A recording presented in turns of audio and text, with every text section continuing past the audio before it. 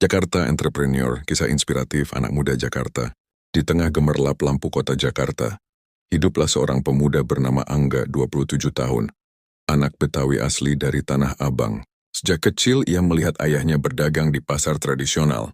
Kehidupan mereka sederhana, tetapi penuh semangat juang.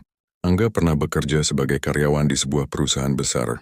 Namun setelah beberapa tahun, ia merasa kehidupannya begitu datar. Gaji pas-pasan, waktu habis di jalan karena macet, dan mimpi-mimpinya terkubur rutinitas. Suatu malam saat menikmati kopi di warung kecil, Angga berkata pada dirinya sendiri, "Kalau mau hidup lebih baik, gue harus berani bikin perubahan."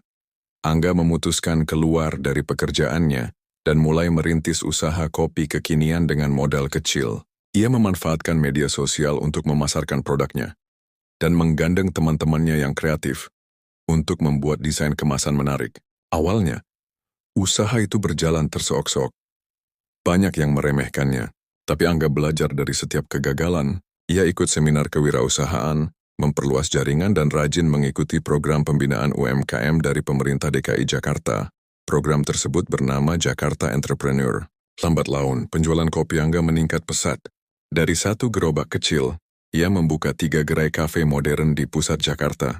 Usahanya berkembang, dan kini ia mempekerjakan belasan anak muda Jakarta yang sebelumnya menganggur. Angga sadar, menjadi entrepreneur bukan hanya soal untung, tapi juga memberikan manfaat untuk orang lain. Ia sering berbagi ilmu dengan pelaku UMKM lain, dan menjadi mentor bagi anak-anak muda yang ingin memulai bisnis.